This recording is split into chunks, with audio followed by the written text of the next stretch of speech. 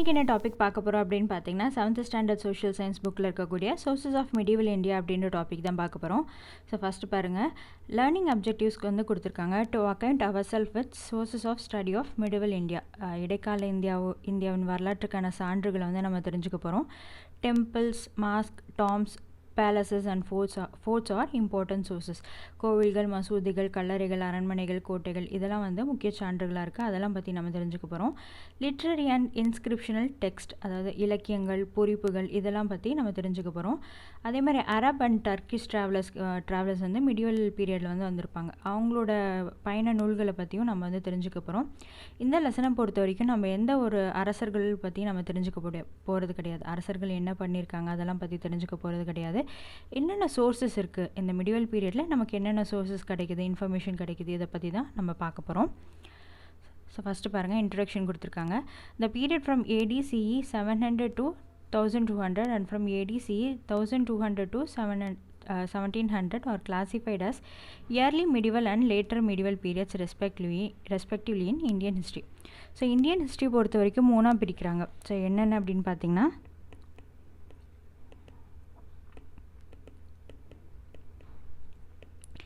Ancient, medieval, அதுக்கப்புறம் modern. So இந்த medieval history பற்றி தான் நம்ம தெரிஞ்சுக்க போகிறோம். இந்த மிடிவல் ஹிஸ்ட்ரி பீரியட் பார்த்திங்கன்னா 700 AD to 1700 AD. இந்த மிடிவல் ஹிஸ்ட்ரியை ரெண்டாக பிரிக்கிறாங்க. என்னென்னு பார்த்திங்கன்னா early medieval period, later medieval period அப்படின்னு சொல்லி. ஸோ இயர்லி மிடிவல் பீரியட் பார்த்திங்கன்னா 700 AD to 1200 AD. Later medieval period பார்த்திங்கன்னா 1200 to 1700 AD. ஸோ இதை பற்றி தான் சொல்லியிருக்காங்க. ஸோ மிடிவல் பீரியடே பார்த்திங்கன்னா ரெண்டாக பிரிக்கிறாங்க. Early medieval period, later medieval period அப்படின்னு சொல்லி. இயர்லி மிடிவல் பீரியடோட காலகட்டம் பார்த்திங்கன்னா 700 AD to 1200 AD. Later medieval பீரியடோட காலகட்டம் பார்த்திங்கன்னா 1200 to 1700 AD அப்படின்னு சொல்கிறாங்க. ஸோ இதை தான் பார்த்திங்கன்னா ஃபஸ்ட் பாயிண்ட்டாக கொடுத்துருக்காங்க.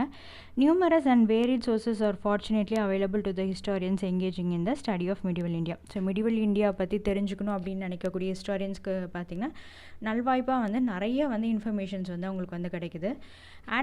Added to the information that can be gleaned from inscription, monuments and coins or the accounts left by Arab, Persian and Turkish chronicles.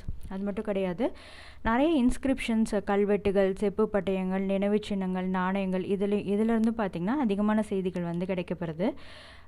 Arab, Persian, Turkish ட்ராவலர்ஸ்லாம் வந்திருப்பாங்க இல்லையா, அவங்க எழுதின நூல்கள் மூலமாகவும் நம்மளால் வந்து அவங்க விட்டுட்டு போன அக்கௌண்ட்ஸ் மூலமாகவும் நம்மளால் நிறைய இன்ஃபர்மேஷன் வந்து கிடைக்கப்படுது. These accounts are rich in details and have given first-hand information on the life of the kings, though they provide very little information on the life of the common people. So இந்த அக்கௌண்ட்ஸ்லலாம் என்ன, இவங்க சொல்லக்கூடிய அக்கௌண்ட்ஸ்லலாம் வந்து பார்த்திங்கன்னா first importance வந்து யார் கொடுத்துருக்காங்க அப்படின்னா கிங்ஸுக்கு தான் கொடுத்துருக்காங்க. சாதாரண மக்களோட வாழ்வு நிலை குறித்து வந்து ரொம்ப குறைவான செய்திகள் மட்டும்தான் இருக்குது. இந்த சான்றுகள் எல்லாமே பார்த்திங்கன்னா அரசர்களோட வாழ்க்கை பற்றி நேரடியாக வந்து அதிக எண்ணிக்கையிலான தகவல் வந்து வழங்குகிறது அப்படின்றாங்க. The opinions of the courtiers and chronicles are often one-sided, written in a hyperbolic language exaggerating the king's achievements. So இந்த வரலாற்று ஆசிரியர்கள் இருப்பாங்க இல்லையா, அவையில் இருக்கக்கூடிய புலவர்கள், இவங்க எல்லாமே வந்து ஒன் சைடடாக தான் இருந்திருக்காங்க. ஒரு சைடாக இருந்துட்டு அந்த ஒரு தரப்பினருக்கே வந்து ஒரு பட்சமாக இருந்துட்டு ஒருத்தரை பற்றி வந்து மிகைப்படுத்தி கூறிகிட்டே இருந்திருக்காங்க. அதுதான் ஹைப்பர்போலிக் லாங்குவேஜ் அப்படின்னா மிகைப்படுத்தி கூறுவது. So exaggerating the kings achievements, கிங்ஸோட அச்சீவ்மெண்ட்ஸ் எல்லாமே வந்து மிகைப்படுத்தி சொல்லிட்டு இருந்திருக்காங்க. Let us now explore the various sources available for the study of the history of medieval India. So இனிமேல் பார்த்திங்கன்னா நம்ம வந்து ஹிஸ்ட்ரி ஆஃப் மிடிவல் பீரியடில் என்னென்ன சோர்சஸ் கிடைக்குது அப்படின்னு சொல்லி நம்ம பார்க்க போகிறோம். Do you know அப்படின்னு சொல்லி கொடுத்துருக்காங்க. Do you know the famous words of Khafi Khan, courtier of emperor Aurangzeb. Khafi Khan அப்படின்றவர் பார்த்திங்கன்னா அவுரங்கசீப் அவைக்கள வரலாற்று ஆசிரியராக இருந்திருக்காரு. இவர் ரொம்ப புகழ்பெற்றவராக இருந்திருக்கார் அவுரங்கசீப் பீரியடில்.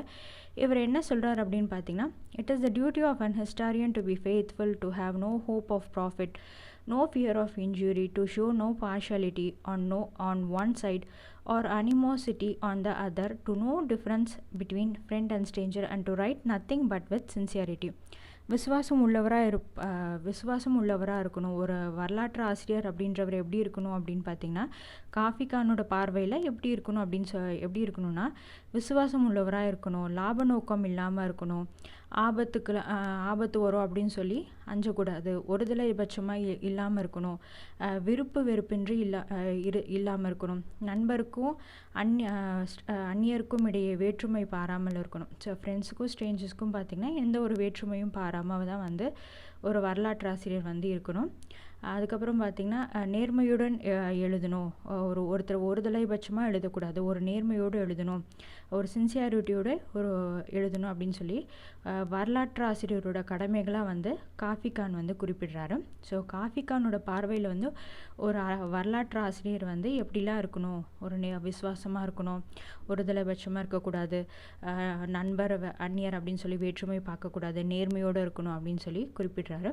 இந்த காஃபி கான் யார் அப்படின்னு பார்த்தீங்கன்னா, அவுரங்கசீப் அவையில் இருக்கக்கூடிய ஒரு வரலாற்று அறிஞராக இருந்திருக்காரு.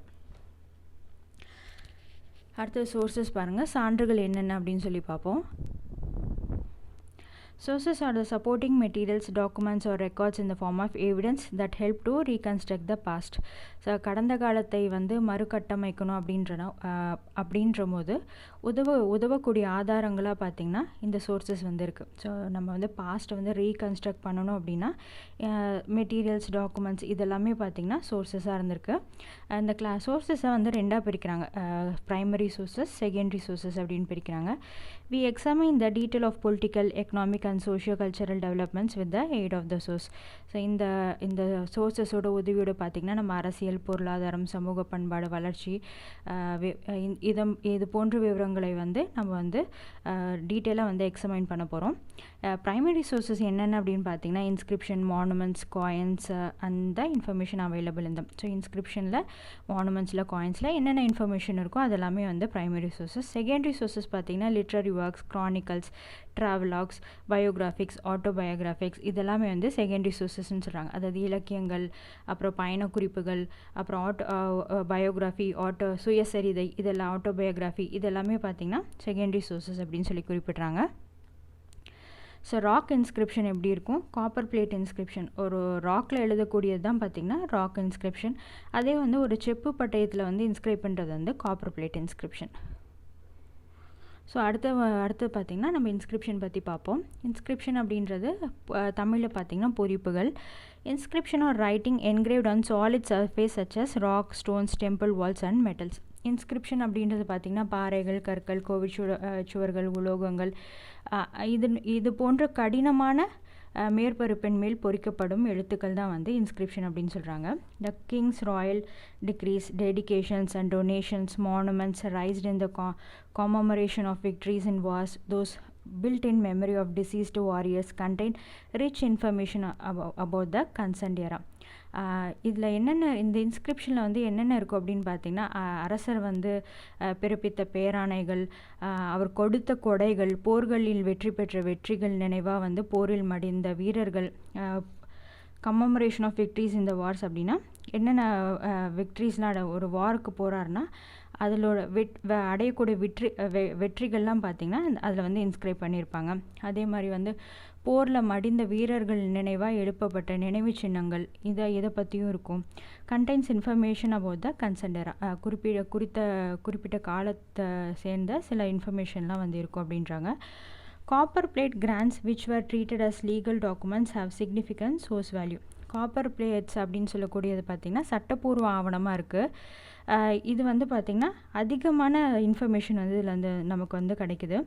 த Islamic Persian practices and the relatively high cost of copper plates made palm leaf and paper cheaper alternatives from the 13th century onwards. So 13ஆம் நூற்றாண்டு முதலாக பார்த்திங்கன்னா இஸ்லாம் பர்ஷியன்ஸ் நடைமுறை வந்ததுனாலையும் அதுக்கப்புறம் பார்த்திங்கன்னா அந்த காப்பர் பிளேட்ஸ் அப்படின்னு சொல்லக்கூடிய செப்பு பட்டயங்கள் வந்து விலை உயர்ந்ததாலையும் பார்த்திங்கன்னா பாம் லீவ்ஸ் அண்ட் பேப்பருக்கு வந்து மாறியிருக்காங்க ஒரு சீப்பர் ஆல்டர்னேட்டிவ்ஸாக. ஸோ விலை குறைஞ்சி யூஸ் பண்ணணும், காப்பர் பிளேட்ஸ்லாம் வந்து காஸ்ட் அதிகமாக இருந்ததுனால விலை குறைந்த ஆல்டர்னேட்டிவ்ஸ்க்கு வந்து மாறுறாங்க. அது என்னென்ன அப்படின்னு பார்த்திங்கன்னா பாம் லீஃப், அதுக்கப்புறம் பேப்பருக்கும் வந்து மாறுறாங்க.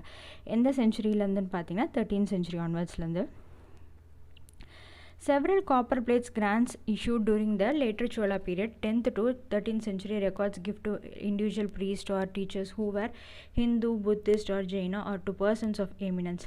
ஸோ நமக்கு செவரல் காப்பர் பிளேட்ஸ் வந்து லேட்டர் சோழா பீரியடில் வந்து கிடைக்குது, பிற்கால சோழ பீரியடில் வந்து கிடைக்குது. இது எந்த காலகட்டத்தை சேர்ந்தது அப்படின்னு பார்த்தீங்கன்னா 10th to 13th century. இதில் வந்து என்னென்ன அப்படின்னு பார்த்தீங்கன்னா ப்ரீஸ்ட்டு டீச்சர்ஸ்க்கு இந்த ப்ரீஸ்ட் டீச்சர்ஸ்லாம் யார் அப்படின்னா ஹிந்து, புத்திஸ்ட், ஜெயின்ஸ் இவங்களாம் இருக்காங்க. இவங்களுக்கு வந்து என்னென்ன கிஃப்ட்ஸ் கொடுத்துருக்காங்க, ஒரு இண்டிவிஜுவல் பர்சனுக்கு என்னென்ன கிஃப்ட்ஸ் வந்து கொடுத்துருக்காங்க, சமண மதம், புத்த மதம், ஹிந்து மதத்தை சேர்ந்த தனிப்பட்ட குருமார்களோ இல்லை துறவிகளுக்கோ வந்து இல்லை ஒரு புகழ்பெற்ற தனி மனிதருக்கோ வழங்கப்பட்ட கொடைகள் வந்து பதிவு செய்யப்பட்டிருக்கு அப்படின்றாங்க. Both the giver and the receiver are very elaborately describe. யார் வந்து கொடுத்துருக்காங்க, யார் வந்து வாங்கியிருக்காங்க அப்படின்னு சொல்லி இந்த இன்ஸ்கிரிப்ஷனில் வந்து இந்த காப்பர் பிளேட் இன்ஸ்கிரிப்ஷனில் வந்து எலாபரேட்டாக ரொம்ப விவரமாக வந்து டிஸ்கிரைப் பண்ணியிருக்காங்க. ஆனால் இதுக்கு ஆப்போசிட்டாக என்ன ஆகுது அப்படின்னா ஸ்டோன் இன்ஸ்கிரிப்ஷனில் என்ன ஆகுதுன்னா இதை பற்றி டீட்டெயிலாக வந்து எதுவுமே கிடையாது. ஸ்டோன் இன்ஸ்கிரிப்ஷனில் என்ன அப்படின்னா பெனிஃபிஷியன்ஸ் ஆஃப் டோனர் இஸ் ரெக்கார்டட். யார் வந்து கொடுக்குறாங்களோ, இப்போ நான் கொடுக்குறேன்னா என்னை பற்றி மட்டும்தான் இருக்குது. நான் யாருக்கு வந்து நான் அது கொடுக்குறேனோ அதை பற்றி எந்த இன்ஃபர்மேஷனுமே கிடையாது. இங்கே பார்த்திங்கன்னா இந்த காப்பர் பிளேட்டில் இன்ஃபர்மேஷனில் வந்து கொடுக்குறவங்களும் வாங்குறவங்க 2 பேரோட இன்ஃபர்மேஷனுமே இருக்குது. ஆனால் இந்த ஸ்டோன் இன்ஸ்கிரிப்ஷனில் வந்து டோனர் யார் வந்து கொடுக்குறாங்களோ அவங்க இன்ஃபர்மேஷன் மட்டும்தான் வந்து இருக்குது. மேஜர் இம்பார்ட்டன்ஸ் வந்து கிவருக்கு தான் வந்து கொடுத்துருந்துருக்காங்க. அந்த மாதிரி என்னென்ன அப்படின்னு பார்த்திங்கன்னா திருவலங்காடு பிளேட்ஸ் ஆஃப் ராஜேந்திர சோழா 1 அந்த Anbil plates of Sundara Chola are notable examples. அடுத்தது Uttaramerur inscription in Kanchipuram district provides details of the way in which the village administration was conducted. So Uttaramerur inscription பார்த்திங்கன்னா காஞ்சிபுரமில் இருக்குது. ஸோ இந்த கல்வெட்டில் வந்து நம்ம வந்து கிராமங்கள் எவ்வாறு வந்து நிர்வகிக்கப்பட்டன அப்படின்ற குறித்த விவரங்கள் வந்து இதில் வந்து நம்மளால் தெரிஞ்சுக்க முடியுது. Various types of land gifted by the Chola kings are known from the inscription and the copper plates. They are Velan Vangai அப்படின்றது பார்த்தீங்கன்னா land of non-Brahmin properties. Brahmadaya அப்படின்றது land gifted to Brahmins. Salaboga land for the maintenance of a school. Devadana அப்படின்றது land gifted to temples. பள்ளி சந்தனம் அப்படின்றது land donated to Jaina institution. சமண சமய நிறுவனங்களுக்கு வந்து கொடையாக அளிக்கப்பட்ட நிலங்கள் தான் வந்து பள்ளி சந்தனம். இது ரொம்ப ரொம்ப இம்பார்ட்டன்ட். இதில் வந்து மேட்ச் த ஃபாலோயிங் மாதிரியும் கேட்பாங்க, இல்லை டைரக்ட் கொஷின் கூட கேட்பாங்க. அடுத்தது பார்த்திங்கன்னா மானுமெண்ட்ஸ். நம்ம வந்து ஏற்கனவே இன்ஸ்கிரிப்ஷன் பற்றி பார்த்தோம். அடுத்தது வந்து மானுமெண்ட்ஸ் பற்றி பார்க்க போகிறோம். நினைவு சின்னங்கள் பற்றி பார்க்க போகிறோம். நினைவு சின்னங்கள் என்னென்ன இருக்குது அப்படின்னு பார்த்திங்கன்னா temples, palaces, mosque, domes, forts, minarets are called by the collective name monuments. அதாவது இது எல்லாமே சேர்ந்து தான் வந்து மானுமெண்ட்ஸ். இது எல்லாமே வந்து கலெக்டிவாக எப்படி சொல்கிறாங்க அப்படின்னா மானுமெண்ட்ஸ் அப்படின்னு சொல்கிறாங்க. Temples, palaces, mosque, domes, forts, மினாரேட்ஸ் இது எல்லாமே வந்து கலெக்டிவாக வந்து மானுமெண்ட்ஸ் அப்படின்னு சொல்கிறாங்க. The Sultanate of Delhi introduced a new type of architecture. The monuments they built had arches, domes, minarets as the main features. The inscription in these monuments contains rich information which can be used to construct history. Delhi Sultanate வந்து ஒரு புது type of architecture வந்து இந்தியாக்குள்ளே கொண்டு வராங்க. இவங்க என்ன பண்ணுறாங்க அப்படின்னா இவங்க மானுமெண்ட்ஸ்லாம் எப்படி பில்ட் பண்ணுறாங்கன்னா ஆர்ச்சஸ் இருக்க மாதிரி, டோம்ஸ் இருக்க மாதிரி, மினரேட்ஸ் இருக்க மாதிரி வந்து மானுமெண்ட்ஸ் வந்து பில்ட் பண்ணுறாங்க. இந்த மானுமெண்ட்ஸில் இருக்கக்கூடிய இன்ஸ்கிரிப்ஷன் வந்து நமக்கு வந்து நிறைய இன்ஃபர்மேஷன் வந்து கிடைக்குது. இதன் மூலமாக வந்து நம்ம ஹிஸ்ட்ரியை வந்து கன்ஸ்ட்ரக்ட் பண்ண முடியும். நம்ம ஹிஸ்ட்ரியை பார்த்திங்கன்னா ஒரு எப்படி வந்து ஹிஸ்ட்ரியை வந்து வடிவமைக்க முடியும், அந்தளவுக்கு வந்து நிறைய இன்ஃபர்மேஷன் இருக்குது அப்படின்னு சொல்கிறாங்க. இந்த மினரேட்ஸ் அப்படின்றது என்னென்னு பார்த்திங்கன்னா இங்கே இருக்கு இல்லையா, இது தாஜ்மஹாலில் இருக்கக்கூடிய மினரேட்ஸ். ஸோ இதுதான் minarets. Tall tower typically part of mosque. ஒரு டால் டவர் மாதிரி இருக்கும், மாஸ்கோட ஒரு பார்ட் அப்படின்றது தான் வந்து மினரேட்ஸ் அப்படின்னு சொல்லியிருக்காங்க. The medieval Khajuraho monuments, Madhya Pradesh, and the temples in Konark, Odisha, and Dilwara, Mount Abu, Rajasthan constitute valuable sources to understand the religion-centered cultural evolution in North India. So இந்த medieval Khajuraho monuments, அப்புறம் temples இன் கோனார்க், தில்வாரா, இதெல்லாம் பார்த்திங்கன்னா வட இந்தியாவில் உள்ள சமயத்தை மையமாக கொண்ட பண்பாட்டின் பரிணாம வளர்ச்சி வந்து புரிந்து கொள்வதற்கு வந்து சிறந்த சான்றாக வந்து இருந்திருக்கு. ஸோ வட இந்தியாவில் உள்ள சமயத்தை மையமாக கொண்ட பண்பாட்டின் பரிமாண வளர்ச்சி வந்து புரிந்து கொள்வதற்கு வந்து சிறந்த சான்றாக இருக்குது. என்னென்ன கஜுராஹோ, கொனார்க், தில்வாரா இதெல்லாமே. Temples in Thanjavur, Brihadeeswara, Gangai Konda Cholapuram and Darasuram symbolizes the magnificent structure the later Chola built in Tamil Nadu. So later Cholas கட்டினக்கூடிய இந்த தஞ்சாவூரில் இருக்க பிரஹதீஸ்வரா, கங்கை சோழபுரம், தாராசுரம் இதெல்லாம் வந்து ரொம்ப மேக்னிஃபிகண்ட் லேட்டர் சோலா பீரியடில் கட்டப்பட்ட ரொம்ப magnificent ஸ்ட்ரக்சர்ஸை. Vitala and Virupaksha temples at Hampi similarly speak of the contribution of Vijayanagara rulers 15th century. அதே மாதிரி பார்த்திங்கன்னா விட்டல விருப்பாக்ஷா டெம்பிளில் எங்கே இருக்குது அப்படின்னா ஹம்பியில் இருக்குது. ஸோ இதெல்லாம் பார்த்திங்கன்னா விஜயநகர் ரூலர்ஸோட கான்ட்ரிபியூஷனாக இருக்குது. இங்கே நம்ம பார்த்த இந்த பிரஹதீஸ்வரா, கங்கை கொண்ட சோழபுரம், தாராசுரம் இதெல்லாம் வந்து லேட்டர் சோலாஸ் தமிழ்நாடு சேர்ந்த அவங்களோட கான்ட்ரிபியூஷனாக இருக்குது. விட்டலா விருப்பாக்ஷா டெம்பிள் ஹம்பியில் இருக்கு இல்லையா, இதெல்லாம் வந்து விஜயநகர் ரூலர்ஸோட கான்ட்ரிபியூஷன்.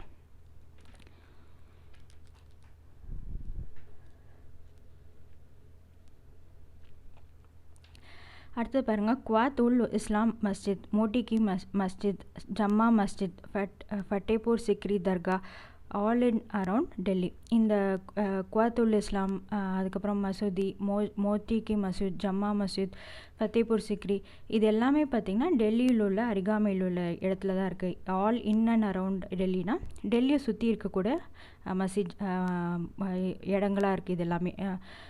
அடுத்து சார்மினார் பார்த்திங்கன்னா ஹைதராபாத்தில் இருக்குது. R the important mask belonging to the medieval times. இது எல்லாமே வந்து mask.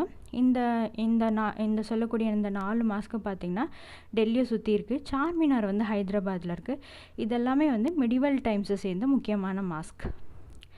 The forts of historical importance are Agra Fort, Chittoor Fort, Gwalior Fort and Delhi Red Fort as well as forts of Daulatabad, Aurangabad and Firozshah Kotla, Delhi. இதெல்லாமே வந்து important ஃபோர்ட்ஸாக இருக்குது. பேலசஸ்லாம் பார்த்திங்கன்னா Jaipur, Jaisalmer, Jodhpur. Significantly the greatness of the Rajput dynasty that wielded enormous power from these places. இதெல்லாம் பார்த்திங்கன்னா இந்த ஜெய்ப்பூர், ஜெய்சல்மார், ஜோத்பூர் இந்த இடங்கள்லாம் பார்த்திங்கன்னா அரண்மனைகள். இதெல்லாமே வந்து பேலசஸ் அரண்மனைகள். ராஜபுத்திரர்களின் வந்து மேன்மையோட அடையாளங்களாக வந்து இருந்திருக்கு. ராஜ்புட் டைனஸ்டியோட மேன்மையோட அடையாளமாக வந்து இந்த பேலஸ்லாம் இருந்திருக்கு. Qutub Minar, Alai Darwaza, the tomb of Iltutmish, Balban and all the Mughal rulers or the other prominent structure recognized as valuable source of information. இந்த குதுப் மினார், அலை தர்வாசா, டாம்ப் ஆஃப் இல்துமிஷ், பால்பன், அதுக்கப்புறம் மற்ற முகல் ரூலர்ஸ் இது எல்லாமே பார்த்திங்கன்னா இதுலேருந்து நமக்கு நிறைய வேல்யூபிள் சோர்ஸஸ் வந்து இன்ஃபர்மேஷன் வந்து கிடைக்குது. Cities in ruins such as Firozhabad, Tughlaqabad in North India and Hampi in South India remains rich repositories of the histories of medieval India. அதே மாதிரி ஃபிரோஷாபாத், பாலடைந்த நகரங்களான ஃபிரோஷாபாத், துக்லகாபாத், அப்புறம் தென்னிந்தியாவில் இருக்கக்கூடிய ஹம்பி இதெல்லாமே பார்த்திங்கன்னா இடைக்கால இந்தியா வரலாற்றுக்கான சான்றுகளாக இருக்குது. நிறைய இன்ஃபர்மேஷன் வந்து இதில் வந்து நமக்கு வந்து கிடைக்குது. நம்ம முதல்ல வந்து பார்த்தது பார்த்திங்கன்னா மாஸ்க்கை பற்றி பார்த்துருந்தோம். அடுத்தது ஃபோர்ட்ஸை பற்றி சொல்கிறாங்க. அடுத்தது பேலசஸ். அதுக்கப்புறம் வந்து நம்ம வந்து சிட்டிஸ் இன் ruins பாலடைந்த இடங்களான ஃபிரோஷாபாத், துக்லகாபாத் எல்லாம் நார்த் இந்தியாவில் இருக்குது. ஹம்பி பார்த்திங்கன்னா சவுத் இந்தியாவில் இருக்குது. இதெல்லாமே வந்து இடைக்கால இந்தியா வரலாற்றுக்கான சிறந்த சான்றுகளாக இருக்குது. அடுத்தது வந்து நாணயங்கள், இன்ஸ்கிரிப்ஷன் பார்த்தோம், மானுமெண்ட்ஸ் பார்த்தோம். அதுக்கடுத்து பார்த்திங்கன்னா coins. The portrait and the legend on the coins convey the name of the king with their titles, events, places, dates, dynasty and royal emblems. நாணயங்களில் வந்து பொறிக்கப்பட்டுள்ள படங்கள், உருவங்கள், அரசர்களுடைய பெயர்கள், பட்டங்கள், அவங்களோட உருவப்படங்கள், நிகழ்வுகள், இடங்கள், பெயர்கள், நாட்கள் இது எல்லாமே வந்து நமக்கு வந்து இதன் மூலமாக வந்து நமக்கு வந்து நிறைய இன்ஃபர்மேஷன் வந்து நமக்கு வந்து கிடைக்குது. த கம்போசிஷன் ஆஃப் மெட்டல்ஸ் இந்த காயின்ஸ் கிவ்ஸ் அஸ் இன்ஃபர்மேஷன் வந்து economic condition of the empire. அதே மாதிரி வந்து நாணயங்களில் உள்ள உலோகங்களோட கலவை வந்து அந்த பேரரசோட பொருளாதார நிலை வந்து நமக்கு தெரிஞ்சுக்க முடியுது. Mention of kings' achievements like military conquest, territorial expansion, trade links and religious faith can also be found in the coins. அதே மாதிரி வந்து அரசர் வந்து என்னென்ன அச்சீவ்மெண்ட்ஸ் பண்ணியிருக்காரு, இராணுவ படையெடுப்புகள், அதுக்கப்புறம் டெரிட்டரி எக்ஸ்பான்ஷன் அவரோட அரசாங்கத்தை வந்து விரிவுபடுத்துறது, வணிக தொடர்புகள், சமய நம்பிக்கைகள் இதெல்லாமும் பார்த்திங்கன்னா இந்த காயின்ஸில் வந்து இருந்திருக்கு. முகமது கோரி had stamped the figure of goddess Lakshmi on his gold coins and had his name inscribed on it. அதே மாதிரி பார்த்திங்கன்னா முகமது கோரி அப்படின்றவர் வந்து லக்ஷ்மி படம் போட்ட காயின்ஸை வந்து ஸ்டாம்ப் பண்ணியிருந்திருக்காரு. லக்ஷ்மி படத்தோடு சேர்த்து பார்த்திங்கன்னா அவரோட பேரும் வந்து inscribe பண்ணியிருந்திருக்காரு. This coin tells us the early Turkish invader was in all likelihood liberal in religious outlook. இந்த காயின் மூலமாக நமக்கு என்ன தெரியுது அப்படின்னா, அந்த டர்க்கிஷ் இன்வேடர் துர்க்கிய படையெடுப்பாளருக்கு வந்து ரிலீஜியஸ் பாலிசிஸில் வந்து ரொம்ப லிபரலாக தான் இருந்திருக்காங்க. நம்ம வந்து முஸ்லீம் இந்த மாதிரி தான் யூஸ் பண்ணணும் அப்படிலாம் கிடையாது. ரொம்ப லிபரலாக தான் ரிலீஜியஸ் பாலிசிஸ்லாம் இருந்திருக்கு. இவரோட அதுக்கு பெஸ்ட் எக்ஸாம்பிள் என்ன அப்படின்னு பார்த்திங்கன்னா, அவரோட காயினில் வந்து லக்ஷ்மி படத்தை போட்டு காடஸ் லக்ஷ்மி படத்தை போட்டு காயினை வந்து ஸ்டாம்ப் பண்ணியிருக்காரு. அந்த காயின் கீழே வந்து அவரோட பேரையும் வந்து இன்ஸ்கிரைப் பண்ணியிருக்காரு. அடுத்தது பார்த்திங்கன்னா copper jitals are available for the study of the period of the Delhi sultanates. Copper jitals மூலமாக நமக்கு வந்து டெல்லி சுல்தனேட்டோட பீரியடை வந்து நம்மளால் தெரிஞ்சுக்க முடியுது. Silver tanka introduced by Iltutmish. Silver பார்த்திங்கன்னா இல்துமிஷ் இன்ட்ரடியூஸ் பண்ணியிருப்பார்.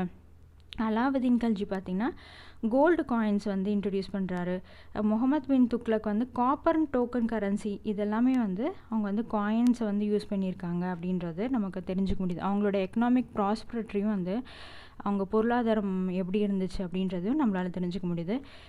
Jital contain 3.6 grains of silvers. ஒரு ஜிட்டலில் வந்து பார்த்திங்கன்னா 3.6 கிரெயின்ஸ் வந்து இருந்திருக்கு. அந்த மாதிரி வந்து 48 ஜிட்டல்ஸ் வந்து ஒரு சில்வர் டங்காக்கு வந்து ஈக்குவல். இந்த கொஷின் கேட்குறதுக்கு நிறைய சான்சஸ் இருக்குது. ஒரு ஜிட்டலில் பார்த்திங்கன்னா 3.6 கிரெயின்ஸ் ஆஃப் சில்வர் வந்துருக்கு. அதே வந்து 48 ஜிட்டல்ஸில் வந்து 48 jitals is equal to 1 silver tanka. So silver tanka யார் வந்து இன்ட்ரடியூஸ் பண்ணுறாங்க அப்படின்னா இல்துமிஷ் வந்து இன்ட்ரடியூஸ் பண்ணுறாங்க. அடுத்து வந்து ரிலீஜியஸ் லிட்ரேச்சர் பற்றி பார்ப்போம். சமய இலக்கியங்கள் என்னென்ன அப்படின்னு பார்ப்போம். Devotional movement in South India and later in North resulted in the development of Bhakti or the devotional literature. இந்த பக்தி மூமெண்ட் பற்றி நம்ம ஏற்கனவே பார்த்துருப்போம். இந்த பக்தி மூமெண்ட் பார்த்திங்கன்னா தொடக்கத்தில் வந்து சவுத் இந்தியாவில் தான் ஆரம்பிக்கிறாங்க 6th to 9th செஞ்சுரியில். அதுக்கப்புறமா தான் மெல்லமாக வந்து நார்த் இந்தியாவுக்கு வந்து 15th செஞ்சுரியில் வந்து மூவ் ஆகுது.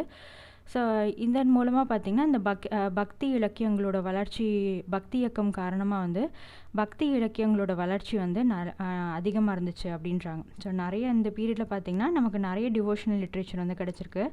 சோலா period was known as the period of devotional literature. Chola period தான் வந்து பீரியட் ஆஃப் டிவோஷனல் லிட்ரேச்சர். பக்தி இலக்கியங்களுக்கான காலம் வந்து சோலா பீரியட் தான். அப்படி என்னென்ன ஒர்க்ஸ் இருக்குது அப்படின்னு பார்த்தீங்கன்னா கம்பராமாயணம், ஷேக்கிலாஸ் பெரிய Puranam, 4000 Divya Prabandham composed by 12 Alvars and compiled by Nathamuni, Thevaram composed by Appar, Sambandar, Sundarar and compiled by Nambiyandar Nambi, Manikka Vasagar, Thiruvasagam all were scripted during the Chola period. இது எல்லாமே வந்து சோலா பீரியடில் தான் வந்து ஸ்கிரிப்ட் பண்ணியிருக்காங்க. Jayadeva's Gita Govindam 12th century was a follow-up of the Bhakti movement in South India. ஜெயதேவாவோட கீதா கோவிந்தம் பார்த்திங்கன்னா 12th centuryயில் சேர்ந்தது. தென்னிந்தியாவில் தோன்றிய பக்தி இலக்கிய மரபின் தொடர்ச்சி தான் வந்து இந்த ஜெயதேவாவோட கீதா கோவிந்தம் அப்படின்னு சொல்கிறாங்க. ரொம்ப இம்பார்ட்டண்ட். தென்னிந்தியாவில் பக்தி இலக்கிய மரபோட தொடர்ச்சி தான் வந்து பார்த்திங்கன்னா இந்த ஜெயதேவாவோட கீதா கோவிந்தம். அடுத்தது கபீர்தாஸ் பார்த்திங்கன்னா 15th century mystic poet also had an influence of the Bhakti movement in India. So Kabirdas அப்படின்றவர் பார்த்திங்கன்னா 15th century சேர்ந்தவர். இவருக்கும் பார்த்திங்கன்னா அந்த பக்தி மூமெண்ட்டில் வந்து இவருக்கும் வந்து நிறைய பக்தி இயக்கத்தால் வந்து நிறைய வந்து கவரப்பெற்றவர் அப்படின்னு சொல்லி குறிப்பிடுறாங்க. அடுத்தது வந்து செக்குலர் லிட்ரேச்சர். நம்ம இன்ஸ்கிரிப்ஷன், காயின்ஸ், மானுமெண்ட்ஸ், அதுக்கப்புறம் பார்த்திங்கன்னா ரிலீஜியஸ் லிட்ரேச்சர் பார்த்தோம். இப்போ செக்குலர் லிட்ரேச்சர் பற்றி பார்க்க போகிறோம். Madhura Vijayam and Amukta Malyada were poems composed by Gangadevi and Krishnadevaraya. Madhura Vijayam compose பண்ணது கங்காதேவி, அமுக்ட மல்யாத்தா கம்போஸ் பண்ணது பார்த்திங்கன்னா Krishnadevaraya. Respectively that help us gain insight into the events and individual associated with the Vijayanagara empire. So நம்ம வந்து இது இந்த ரெண்டு நூல்கள் மூலமாகவும் பார்த்திங்கன்னா விஜயநகர பேரரசுடன் தொடர்புடைய நிகழ்வுகளை வந்து நம்மளால் தெரிஞ்சுக்க முடியுது. சந்த் பர்தைஸ் பிருத்திவிராஜ் ராசோ போர்ட்ரஸ் த ராஜ்புட் கிங்ஸ் வேலர். பிருத்விராஜ் ராசோ பார்த்திங்கன்னா ராஜ்புத்திர அரசர்களோட மனத்துணிச்சலை வந்து படம் பிடித்து காட்டுகிறது. வேலர் அப்படின்னா மனத்துணிச்சல். ராஜ்புட் கிங்ஸ்லாம் வந்து எவ்வளோ துணிச்சலாக இருந்தாங்க அப்படின்னு சொல்லி நம்மளால் வந்து சந்த் பர்தையோட பிருத்விராஜ் ராசோவில் வந்து தெரிஞ்சுக்க முடியுது. For pre-Islamic periods the only exceptions was கல்ஹானாஸ் Rajatarangini 11th century. அதே மாதிரி பார்த்திங்கன்னா இந்த ப்ரீ இஸ்லாமிக்கை பற்றி நம்மளால் வந்து எந்த ஒரு துருக்கிய படையெடுப்பின் போது நடந்தது குறித்து வந்து இந்திய தரப்புலேருந்து எந்த ஒரு குறிப்புகளும் இல்லை. இஸ்லாமுக்கு முந்தைய காலம் குறித்து ஒரே ஒரு சான்று மட்டும் இருக்குது. அது என்ன அப்படின்னு பார்த்தீங்கன்னா கல்ஹானாவோட ராஜதரங்கினி 11th century சேர்ந்தது. ஸோ இது மட்டும்தான் இருக்குது. ப்ரீ இஸ்லாமிக் பீரியடை பற்றி நமக்கு தெரிஞ்சுக்கிறதுக்கு ஒரே ஒரு குறிப்பு தான் இருக்குது. கல்ஹானாஸ் ராஜதரங்கினி 11th centuryயோடது.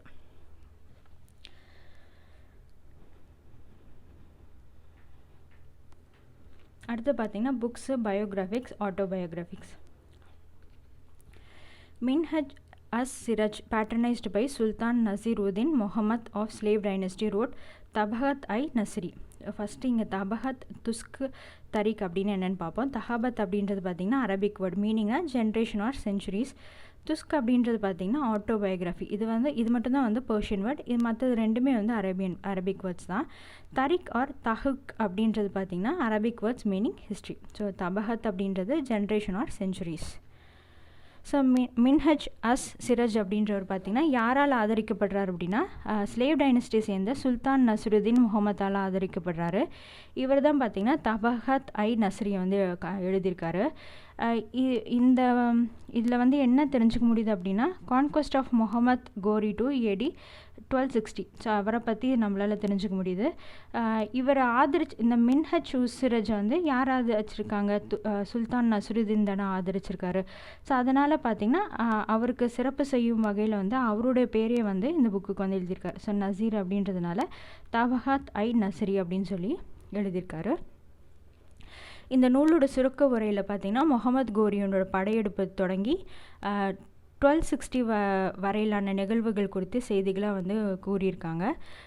தன்னை ஆதரித்த சுல்தானிய பெயரையே வந்து இச்சுருக்க உரைவுக்கு வந்து மின்ஹஜ் உல் சிராஜ் வந்து சூட்டியிருக்காரு.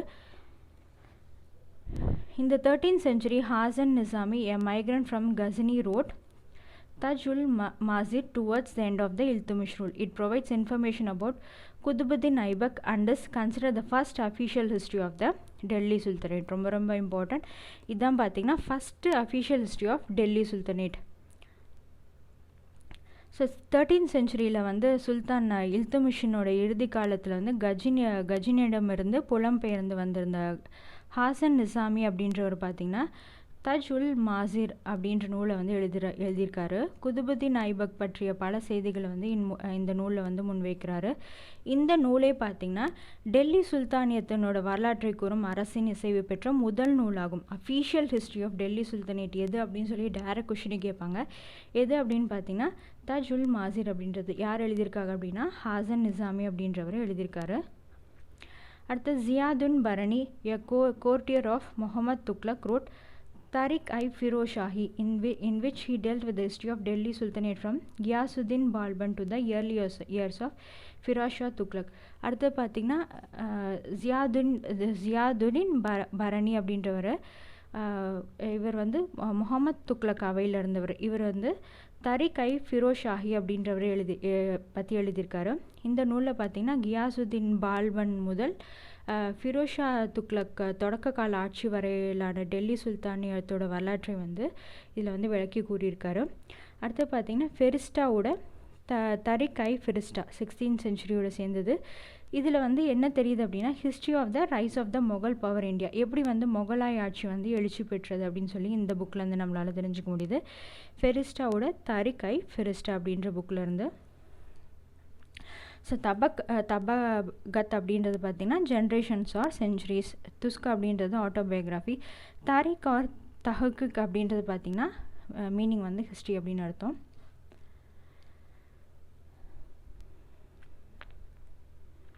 அடுத்து பாருங்கள், இந்த 16th century emperor Babur Nama and Abul Fazl's Ain Akbari and Akbar Nama provide detail information about this two emperors. 16ஆம் நூற்றாண்டில் பாபரோட பாபர்நாமா, அபுல் ஃபாசிலினோட ஐனி அக்பர்நாமா இந்த நூல்கள்லாம் பார்த்திங்கன்னா இந்த இரு பேரரசர்கள் பாபர் அக்பர் குறித்த முழுமையான விவரங்களை வந்து நம்மளால் தெரிஞ்சுக்க முடியுது. இந்த 17th century Jahangir wrote his memoir Tuzk-i Jahangiri throwing a lot of light on the period. அதுமாதிரி 17th centuryயில் பார்த்திங்கன்னா அவரோட வாழ்க்கை நினைவாக வந்து ஜஹாங்கீர் வந்து துஸ்கை ஜஹாங்கிரி அப்படின்ற நூலை வந்து எழுதியிருக்காரு. இதில் வந்து நம்மளால் வந்து வரலாற்றுடைய அதிக வெளிச்சத்தை வந்து நம்மளால் வந்து தெரிஞ்சுக்க முடியுது. Apart from autobiographic of emperors, Tabaqat Akbari authored by Nizamuddin Ahmad is considered reliable than the exaggerated account of Abul Fazl. மற்ற ஆட்டோபயோகிராஃபிக்ஸ் எம்பரரே வந்து தன்னோட சுயசரிதியை வந்து எழுதியிருக்காங்க. இதை விட பார்த்திங்கன்னா தபகத் அக்பரி அப்படின்றது வந்து நிசாமுதீன் அகமத் வந்து எழுதியிருக்காரு. இதில் வந்து ரொம்ப வந்து எக்ஸ்கிரவேட் பண்ணல, மிகைப்படுத்தி கூறாமல் ஒரு ரிலையபிள் சோர்ஸாக இருக்குது, நம்பகத்தன்மை வாய்ந்ததாக வந்து கருதப்படுது இந்த நூல் அப்படின்னு சொல்கிறாங்க. அபுல் ஃபசல் எழுதின நூலை விட பார்த்திங்கன்னா கம்பேர் பண்ணும்போது இந்த நிசாமுதீன் அகமத் எழுதின இந்த தபகத் அக்பரி நூல் வந்து ரொம்ப வந்து நம்பகத்தன்மையாக இருந்திருக்கு, ரொம்ப மிகைப்படுத்தி கூறாமல் ரொம்ப ரிலையபிள் சோர்ஸஸாக இருக்குது அப்படின்னு சொல்லி குறிப்பிட்றாங்க. Similarly Badauni's outstanding work Baduni's history were published in 1595. The work spanned 3 volumes. The volume on Akbar reign is a frank and critical accounts of Akbar administration, particularly of his religious policy. அதுக்கப்புறம் பார்த்திங்கன்னா 1595 வெளியிடப்பட்ட இந்த தரிகை பாதுனி அப்படின்ற நூல் பார்த்திங்கன்னா அக்பருடைய ஆட்சியை பற்றி பேசிக்கிறது. இந்த எத்தனை வால்யூம்ஸாக வந்து இருக்குது அப்படின்னு பார்த்திங்கன்னா 3 வால்யூம்ஸாக இருக்குது அப்படின்னு சொல்லி குறிப்பிட்றாங்க. இதில் வந்து குறிப்பாக வந்து அவரோட அக்பர் காலத்தில் வந்து அவரோட நிர்வாகம் தொடர்பாக குறிப்பாக பார்த்திங்கன்னா மத கொள்கைகள் குறித்து ஒளிவு மறைவின்றி வெளிப்படையாக வந்து இந்த கருத்துக்களை வந்து தெரிவிச்சிருக்காங்க. பதுனியோட அவுட்ஸ்டாண்டிங் ஒர்க்கான தரிகை பதுனி அப்படின்றது எப்போ பப்ளிஷ் பண்ணுறாங்க அப்படின்னா 1595. அடுத்தது ட்ராவலாக்ஸ் பற்றி பார்ப்போம். Travelers and Travelogues. Marco Polo, a Venetian traveler, visited when the Pandyan king was becoming the leading Tamil power in the 13th century. 13ஆம் நூற்றாண்டு தமிழகத்தில் பாண்டிய அரசு வந்து வலிமை வந்த சக்தி வாய்ந்த அரசாக இருந்தது. அப்போ பார்த்திங்கன்னா மார்க்கோ போலோ வெனட்டியன் ட்ராவலர் வந்து விசிட் பண்ணுறாரு. இவர் மார்க்கோ போலோ பார்த்திங்கன்னா கயலுக்கு வந்து 2 வாட்டி வர்றாரு. ஒன்று பார்த்திங்கன்னா 1288 வந்திருப்பார், இன்னொன்று 1293 வந்திருப்பார். கயல் அப்படின்றது வந்து போர்ட் சிட்டி. இப்போ எங்கே இருக்குது அப்படின்னா தூத்துக்குடியில் இருக்குது. துறைமுக நகரம் தான் வந்து கயல். இப்போ எங்கே இருக்குது அப்படின்னா தூத்துக்குடியில் இருக்குது. இந்த இடத்துல பார்த்திங்கன்னா நிறைய ஷிப்ஸ் இருந்தது. அரேபியா சைனாலேருந்து வந்த ஷிப்ஸ் எல்லாமே பார்த்திங்கன்னா இந்த இடத்துல வந்து நிறைய இருந்தது. Marco Polo tells us that he himself came by the ship from the China. மார்க்கோ போலோ என்ன சொல்கிறார் அப்படின்னா நானே பார்த்திங்கன்னா சைனாலேருந்து வந்த ஒரு ஷிப்பு மூலமாக தான் வந்தேன் அப்படின்னு சொல்லி குறிப்பிட்றாரு. According to Marco Polo, thousands of horses were imported into southern India by sea from Arabia and Persia. Marco போலோ என்ன சொல்கிறாரு அப்படின்னா ஆயிரக்கணக்கான குதிரைகள் வந்து பார்த்திங்கன்னா சவுத் இந்தியாவுக்கு வந்து அரேபியன் அண்ட் பர்ஷியாவுக்கு மூலமாக வந்து கப்பல்கள் மூலமாக வந்து thousands of ஹார்சஸ் வந்து இம்போர்ட் பண்ணியிருக்காங்க சவுத் இந்தியாவுக்கு அப்படின்னு சொல்லி குறிப்பிட்றாரு.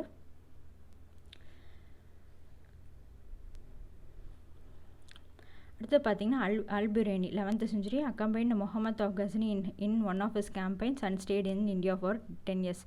அல்புரேனி அப்படின்றது 11th century சேர்ந்தவர். இவர் முகமது கசனியோடு சேர்ந்து அவரோட பயணிக்கிறார். அப்போ வந்து பார்த்திங்கன்னா அப்படி வந்தவர் பார்த்திங்கன்னா 10 இயர்ஸாக வந்து இந்தியாவிலேயே தங்கிடுறாரு.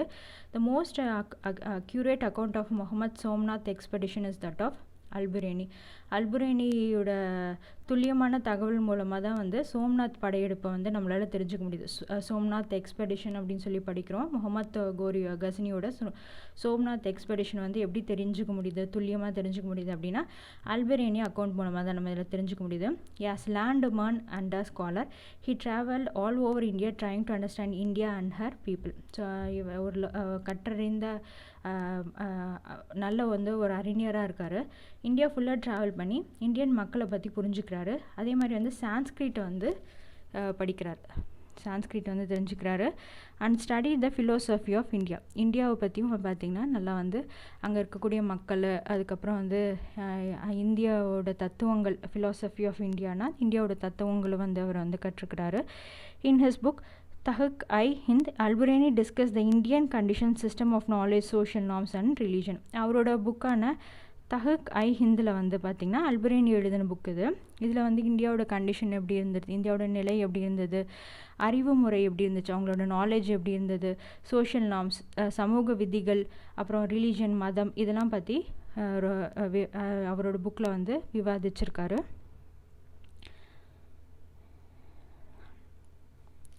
அடுத்து பார்த்திங்கன்னா Ibn பட்டூட்டா, 14th century, an Arab born Morocco scholar, traveled from Morocco right across North Africa to Egypt and then to Central Asia and to India.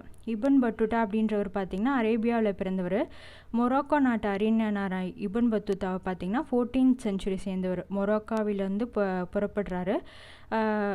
வட ஆஃப்ரிக்கா, நார்த் ஆஃப்ரிக்கா குறுக்காக எகிப்தை வந்து அடைஞ்ச பின்னர் பார்த்திங்கன்னா மத்திய ஆசியா வழியாக வந்து இந்தியா வந்து சேர்றாரு அப்படின்னு சொல்லி குறிப்பிட்றாங்க. ஸோ மொரோக்காலேருந்து கிளம்பி நார்த் ஆஃப்ரிக்காலேருந்து ஈஜிப்ட் வராரு. அதுலேருந்து சென்ட்ரல் ஏஷியா வழியாக பார்த்திங்கன்னா இந்தியா வந்து அடைகிறாரு. இவர் வந்து பிறப்பால் வந்து அரபு, ஆனால் பார்த்திங்கன்னா மொரோக்கோ ஸ்காலர் தான். அரேபியாவில் பிறந்த மொரோக்கோ நாட்டு அறிஞர் அவர். இவரோட ட்ராவலாக் என்ன அப்படின்னு பார்த்திங்கன்னா ரிஹ்லா அப்படின்னா இந்த ட்ராவல்ஸ் அப்படின்னு அர்த்தம். இதில் வந்து என்ன rich details about the people and the countries he visited.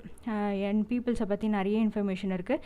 என்னென்ன கண்ட்ரிஸ் விசிட் பண்ணியிருக்காரோ அதை பற்றி டீட்டெயில்ஸ் இருக்குது. இவரை பொறுத்த வரைக்கும் பார்த்திங்கன்னா அப்போ வந்து ஈஜிப்ட் தான் வந்து நல்லா வந்து ரிச்சான கண்ட்ரியாக இருந்திருக்கு. ஈகிப்தே வந்து செல்வம் கொளித்த நாடு அப்படின்னு சொல்லி சொல்கிறாரு.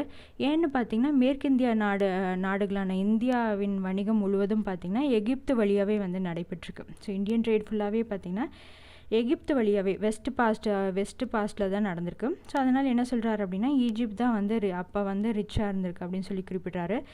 Ibn Battuta tells us of caste in India and the practice of சதி.